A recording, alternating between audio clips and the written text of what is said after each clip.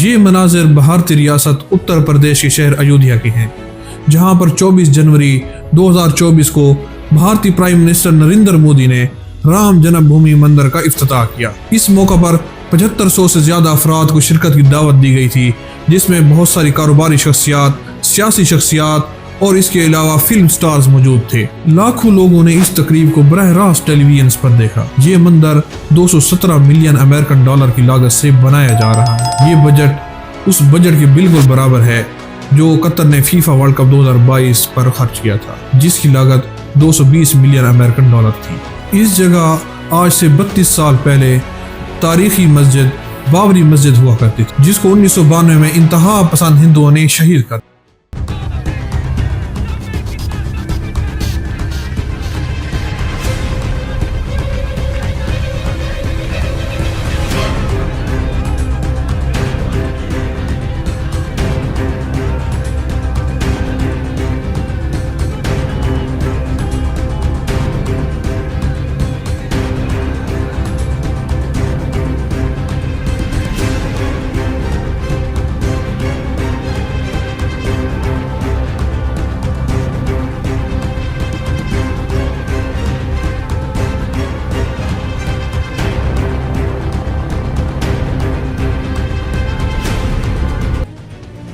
ये मंदिर उसी मुतनाज़ा ज़मीन पर तामीर किया जा रहा है।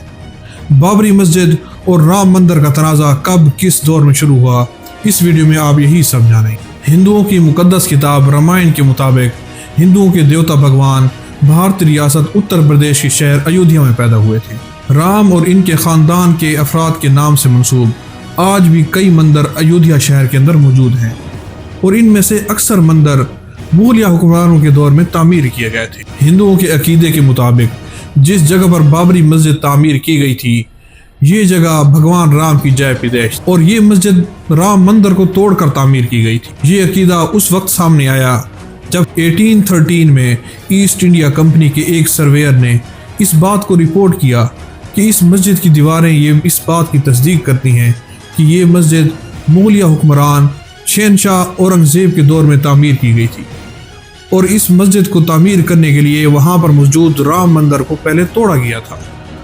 लेकिन तारीख बिल्कुल इसके बरअक्स है। तारीख में इस बात के कोई शवाहिद, कोई एविडेंस कहीं पर भी नहीं मिलता।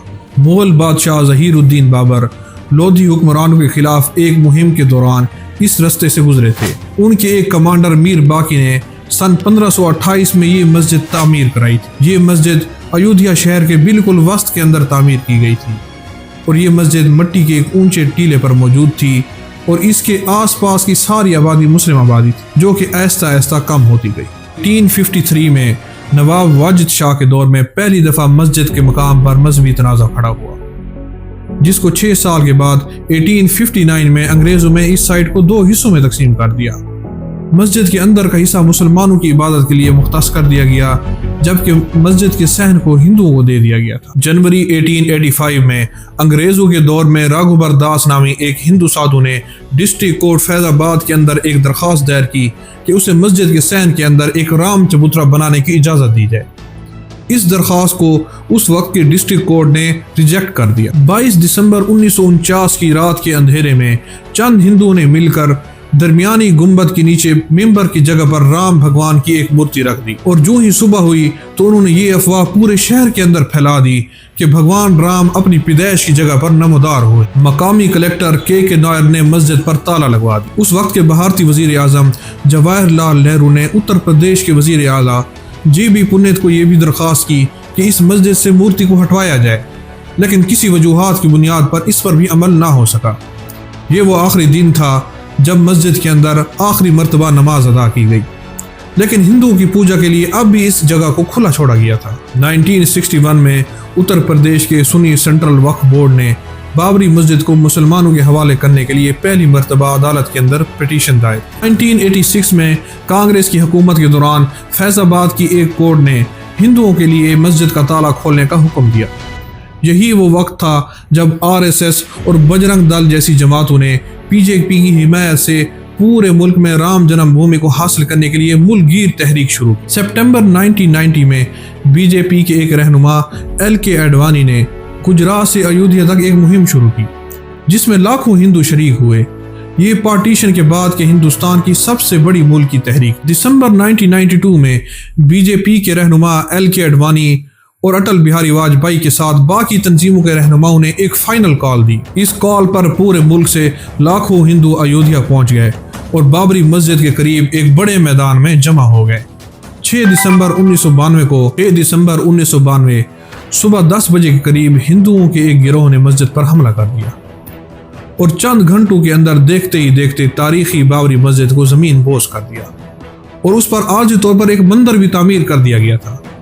यही वो टाइम था जब पूरे मुल्क में फसादात शुरू हो गए, जिसमें 2000 से ज्यादा लोग अपनी जानें गंवा बैठे और उनमें से अक्सरियत मुसलमानों की थी। 20 सितंबर 2010 को इलाहाबाद की एक अदालत ने बाबरी मस्जिद केस पर अपना फैसला सुनाया। इस फैसले में उसने जमीन को 3 बराबर हिस्सों में तकसीम कर दिया। 2 हिस्से हिंदू फरीकैन को दिए गए, जबकि एक हिस्सा मुस्लिम सुन्नी वक्फ बोर्ड के हिस्से में आया। तीनों फरीकैन ने इलाहाबाद कोर्ट के इस फैसले को सुप्रीम कोर्ट में चैलेंज कर दिया। सुप्रीम कोर्ट ने इलाहाबाद का फैसला रोक दिया और उस पर स्टे जारी कर दिया। 8 साल तक ये केस सुप्रीम कोर्ट में चलता रहा। फिर 9 नवंबर सन 2019 को इस केस पर सुप्रीम कोर्ट ने अपना फैसला सुना दिया। सुप्रीम कोर्ट ने अपने फैसले में ये बात वाज़ेह तौर पर कही कि आर्कियोलॉजिकल सर्वे ऑफ इंडिया के मुताबिक ये बात साबित नहीं होती कि मस्जिद के नीचे वाकई जो स्ट्रक्चर मौजूद था वो भगवान का मंदिर ही था या किसी स्ट्रक्चर को तोड़कर वहां पर मस्जिद तामीर की गई थी। इस फैसले के चंद नुकात हैरान करने वाले थे। इस फैसले में ये बात भी तस्लीम की गई थी कि ये मस्जिद 1528 में मीर बाकी ने तामीर कराई थी। ये बात तस्लीम की गई कि इस चीज का कोई सबूत भी नहीं मिलता कि गुंबद के नीचे की जगह भगवान राम की पैदाइश की जगह है। और सुप्रीम कोर्ट ने इस बात को भी तस्लीम किया कि मस्जिद को गिराना एक गैर कानूनी अमल था। सुप्रीम कोर्ट ने अपना फैसला सुनाते हुए ये जमीन राम मंदिर की तामीर के लिए हिंदुओं को दे दी और मुसलमानों को मस्जिद की तामीर के लिए 5 एकड़ जमीन अयोध्या में देने का हुक्म दिया। बाद में वो जमीन अयोध्या से 22 किलोमीटर दूर एक गांव धनीपुर के अंदर मुसलमानों को दी गई, जो फैसले के बाद अब भी खाली पड़ी है। दोस्तों, बाबरी मस्जिद और राम मंदिर की सारी कहानी हमने आपके सामने रख दी। अगर आपको ये वीडियो पसंद आई है तो कमेंट में अपनी राय से आगाह करें और हमारे चैनल को सब्सक्राइब जरूर करें ताकि आने वाली सारी वीडियोस आपको मिलती रहें।